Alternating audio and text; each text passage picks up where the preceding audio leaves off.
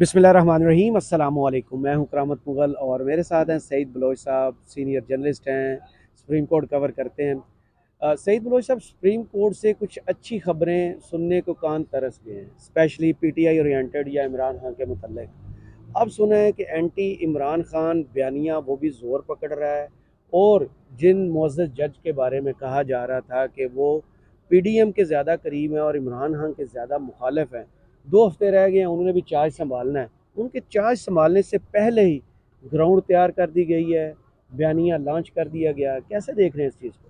बहुत शुक्रिया करामत मुगल साहब। देखें, हमारे यहाँ पाकिस्तान के अंदर अदलिया हमेशा ही किसी न किसी मौके पर ताकतवर हलकों के ज़रिए इस्तेमाल तो होती है, इसमें कोई दो राय नहीं है। अब अभी जो अहम ख़बरों की, अच्छी ख़बरों की आपने बात की, तो गुज़श्ता हम 16-17 माह में ही देख लें तो अदलिया का जो किरदार है वो हमारे सामने है। मुल्क भर की हाई कोर्ट्स की सूरत हाल आप देख लें, ज़मानतें दी जाती हैं सियासी कारकुनों को, और उसके बाद अदालत के बाहर से ही उनको दोबारा पकड़ के मियां गुल हसन औरंगजेब रिकॉर्ड पर ये जी चीज़ें वो हैं। रिकॉर्ड पर ला चुके हैं, अपनी अदालत में वो आबदीदा हो चुके हैं, अपनी जो बेबसी है उसका खुल के इजहार कर चुके हैं। लेकिन उसके बावजूद अभी तक हमें अदालती जो फोरम है, ये जो जुडिशल सिस्टम है हमारा, उसके अंदर हमें कोई बहुत बड़ी ऐसी कोई तब्दीली होती नज़र तो नहीं आ रही। मुमकिन है जस्टिस काजी फाइज ईसा जब सुप्रीम कोर्ट के चीफ जस्टिस बने, पाकिस्तान के चीफ जस्टिस बने, तो शायद उसके बाद जैसी उनसे तवक्कुआत का इजहार किया जाता है, या जैसे उनको एक इनकलाबी किस्म का जो है वो चीफ जस्टिस या जज बना के पेश किया जाता है कि उनके आने से शायद पाकिस्तान में पता नहीं कोई आइन और कानून की ख्वाजा आसिफ ऐसी साहब कोई। उन्हें ऑन कर चुके हैं जी रिकॉर्ड। जी। जावेद लतीफ़ साहब कह जावेद चुके हैं लतीफ़ कि साहब कह चुके। हमारे काजी साहब आएंगे, जी जी। हमारे जज जी जी, आएंगे। तो हमें इंसाफ मिलेगा, इसी तरह की ये वो बातें राना सनाउल्लाह साहब भी कर चुके हैं। तो ये सारी चीज़ें देखने के बाद हमें मुख्तलिफ केसेस की समाअत के दौरान हालिया जो चंद माह हैं उनमें भी अगर हम देखें, तो अब सुप्रीम कोर्ट के अंदर जो एंटी इमरान खान बयानिया है वो काफ़ी ज़्यादा ज़ोर पकड़ता नज़र आ रहा है। उसकी एक झलक तो अभी चंद दिन पहले, यानी कि रवां हफ्ते ही हमें नज़र आई सुप्रीम कोर्ट में, जब जस्टिस काजी फाइज ईसा जो नामजद चीफ जस्टिस हाँ पाकिस्तान। हाँ, वो जज जिनका 88 दिन पहले नोटिफिकेशन हो गया था कि वो नामजद चीफ जस्टिस हैं। जी जी, जस्टिस काजी फायज़ ईसा शायद पाकिस्तान की तारीख के वो वाहिद चीफ जस्टिस होंगे जिनका इतनी जल्दी नोटिफिकेशन किया गया। उसकी वजूहत भी यही थी कि मौजूदा चीफ जस्टिस उमर अता बंदयाल साहब को दबाव में लाना था, उनको दबाव में ला के कुछ ऐसे फैसले शायद लिए जाने थे। इसी वजह से जस्टिस काजी फायज़ ईसा का नोटिफिकेशन इतनी जल्दी किया गया। लेकिन हम जो बात कर रहे थे वो इमरान खान के एंटी इमरान खान बयानी की है। रवां हफ्ते ही अगर हम देखें ना, तो नामजद चीफ जस्टिस काजी फायज ईसा के हम ख्याल जज जस्टिस मंसूर अली शाह, जो खुद भी मुस्तकबिल के चीफ जस्टिस पाकिस्तान है, उनकी जानिब से इमरान खान को, जो इस वक्त पाकिस्तान की सबसे बड़ी जमात के चेयरमैन है, सबसे बड़े रहनुमा है, सबसे साबिक वज़ीर आज़म है, उनको जस्टिस मंसूर अली शाह साहब ने पार्लियामेंट का भगौड़ा सियासतदान करार दिया है। सही। इस तरह के कलमात मुझे नहीं याद कि किसी पीडीएम के या किसी और सियासतदान के बारे में शाह साहब ने कहे हों, या अभी माजी करीब में किसी जज ने या किसी चीफ जस्टिस ने किसी सियासतदान के बारे में ऐसे कहा हो। पानामा केस के दौरान एक दो वाकयात ऐसे ज़रूर हुए थे, लेकिन वो भी उस तनाजुर में हुए थे जब निहाल हाशमी की जानिब से जजेस के अहल खाना को धमकाया गया, धमकियां दी गई संगीन इंतकाम की, और इस तरह के वाकयात रूनमा हुए। तो उसके बाद फिर जो एक वो सिसिली के वो थे ना, सिसिलियन माफिया सिसिलियन के, जो माफिया, अपने मुखालफिन के, गॉडफादर। जी जी, अपने मुखालफिन के अहल खाना को भी टारगेट करते थे, तो ये अल्फाज उसके बाद आए थे। लेकिन मौजूदा हालात में हमें ऐसी कोई चीज़ नज़र नहीं आती। जस्टिस मंसूर अली शाह साहब वही जज हैं जो कई मौके पर इसी नैब तरामीम वाले केस में कोई, मुझे जहाँ तक याद पड़ता है, कोई 5 बार कम अज़ कम इस ख्वाहिश का इजहार कर चुके हैं कि पीटीआई अपने इस्तीफे वापस ले और कौमी असम्बली में जाए। ये सबसे पहले तो अतर मनीला साहब ने शायद ये जब वो चीफ जो जस्टिस पीस हाई कोर्ट थे उनकी पीस जानिब मेकर से। वाली रूलिंग के अंदर भी कहा जी था जी। जी जी। कि अगर वो वापस असम्बलियों में आ जाए, असम्बलियां बहाल हो जाए तो जी जी, ये उस वक्त उन्होंने जस्टिस अतर मिनल्ला ने, वो भी अब जस्टिस काजी फायज ईसा के ही हम ख्याल जज हैं, सुप्रीम कोर्ट में आ चुके हैं। उस वक्त तो वो शीरी मजारी साहिबा को कहते थे कि आप हमें बयान हल्फी लिख के दें कि आप असम्बली में असम्बलियों में। वापस जाएंगी और पार्लियामान का हिस्सा बनेगी। अब शाह साहब जो हैं वो भी ज़रा उसी डगर पे चल पड़े हैं और उन्होंने तो बाकायदा इमरान खान को भगौड़ा सियासतदान कह दिया, जो पार्लियामेंट छोड़ के बाहर आया और उसके बाद उसने सुप्रीम कोर्ट में आके जो नैब तरामीम थी उनको चैलेंज किया है। सुप्रीम कोर्ट के सामने जो केस था वो कुछ और था। शाह साहब जो है वो सियासियात पर, सियासी जुमलेबाजी के ऊपर आ गए। फिर जस्टिस जो याहिया अफरीदी हैं, गुज़श्ता माह यानी कि अगस्त के गालबन 8 या 9 तारीख थी, सुप्रीम कोर्ट में कोयटा वकील कत्ल केस की समाअत के दौरान जो मुद्दई मुकदमा के वकील थे अमानुल्लाह कंडरानी साहब, उनकी जानिब से मौजूदा चीफ जस्टिस उमर अता बंदयाल के दो हम ख्याल जज जस्टिस मज़ाहिर नकवी और जस्टिस हसन अजहर रिजवी के साथ बदतमीजी की कमरा अदालत के अंदर हम वहीं पे मौजूद थे और उनकी जानिब से बिला वजह बिला इश्तियाल उन्होंने संगीन इल्ज़ामात लगाए। जस्टिस मुज़ाहिर नकवी के ऊपर इल्ज़ामात लगाए, उसके अलावा जस्टिस हसन अजहर रिजवी के ऊपर उन्होंने कहा जी कि आपके खिलाफ तो सिंध हाई कोर्ट के अंदर एक केस जो है वो ज़ेर समाअत है। तो वो उस पर हैरान हुए, हक्का बक्का हुए।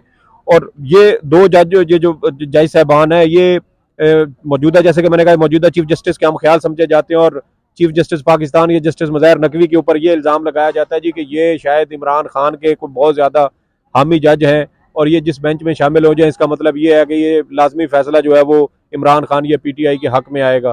तो वो जो वकील साहब थे ना, जिन्होंने चीफ जस्टिस के दो हम ख्याल जजेस के साथ बदतमीजी की, बदसलूकी की और उस बेंच की सरबराही कर रहे थे जस्टिस याहिया अफरीदी साहब।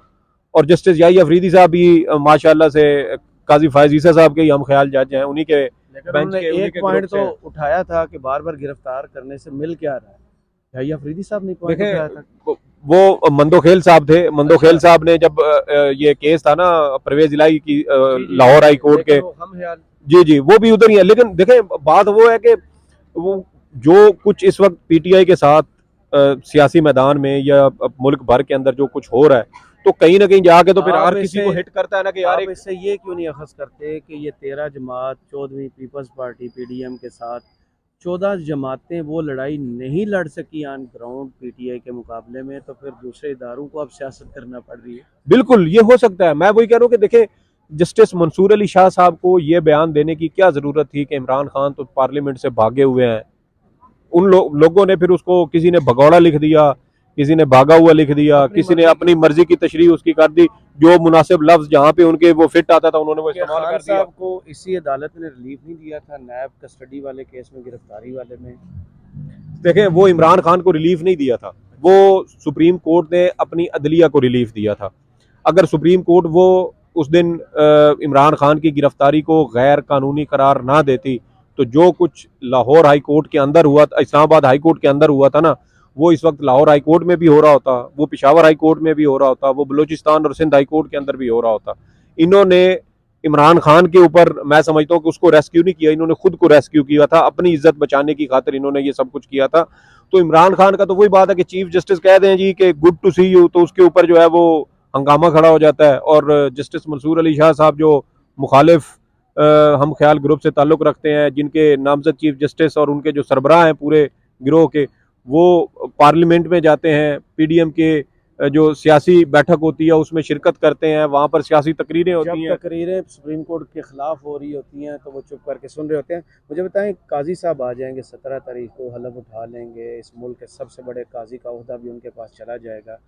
उसके बाद चीज़ें चेंज होंगी या ज़्यादा ख़तरनाक एंटी पीटीआई हो जाएंगी? देखें, मेरे ख्याल में ज़्यादा ख़तरनाक भी हो सकती हैं। उसकी वजह क्या है? उसकी वजह यह है कि जस्टिस काजी फायज़ ईसा साहब जो हैं वो उनका एक रिकॉर्ड है माजी का, कि तकरीबन 3 से 4 साल में जब ख़ास तौर पर उनके खिलाफ वो रेफरेंस दायर किया गया और उसका फैसला उनके हक में आया, तो उसके बाद से वो चीज़ें काफ़ी हद तक उनके और पीटीआई के दरमियान तनाव की सूरत हाल है। उसकी वजह ये है का बयान क्या हेल्पफुल नहीं होगा कि ये रेफरेंस जो था मुझे कहीं और इस्टेब्लिशमेंट ने भिजवाया था और हमारी गलती है जो हमने आगे फॉरवर्ड किया? चीज़ें कूल डाउन नहीं करती हैं, सच सामने आने के बाद चीज़ें आगे जाएंगी?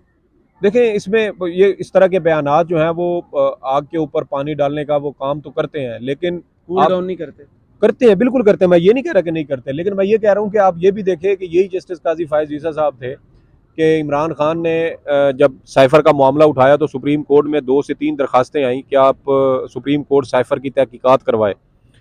उसकी समाअत हुई इन चैम्बर, और वो समाअत साहब ने दरख्वास्त भिजवाई। जी जी, उसके अलावा सदर साहब की जानिब से चीफ जस्टिस को लिखा गया था ये, लेकिन ये दरखास्तें जो थी ये शहरियों की जानिब से, वकला की जानिब से दायर की गई थी। तो उसमें जस्टिस काजी फायज ईसा साहब ने चैम्बर के अंदर समाअत की। उन्होंने कहा जी कि हम ये जो तहकीकात कराना है ये हुकूमत का, इंतजामिया का काम होता है, तो सुप्रीम कोर्ट इंतजामी मामलात में मदाखलत नहीं कर सकती।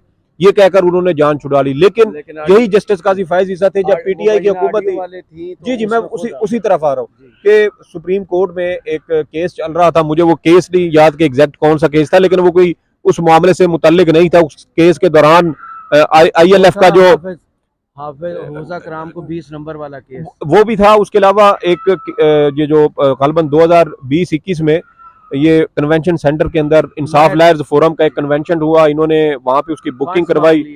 तो उसके ऊपर एक केस की समाअत के दौरान जस्टिस काजी फायज ईसा ने उसकी तफसीलात मांग ली कि क्या ये बुकिंग करवाई गई थी या नहीं, या ये सरकारी पैसे से करवाया गया जी। वो सारा इंतजामिया का मामला था। लेकिन जस्टिस काजी फायज ईसा साहब ने वहां पे इंतजामिया के मामले में मुदाखलत करते हुए रिपोर्ट और जवाब तलब किया था। लेकिन जहां पे साइफर की बात आई और वो चूंकि शायद पीटीआई के नरेटिव को सपोर्ट करता था, इमरान खान के नरेटिव को सपोर्ट करता था, तो वहां पर जस्टिस काजी फायज ईसा साहब ने कहा जी ये तो इंतजामी मामलात हैं, इसके अंदर मैं मुदाखलत नहीं कर सकता।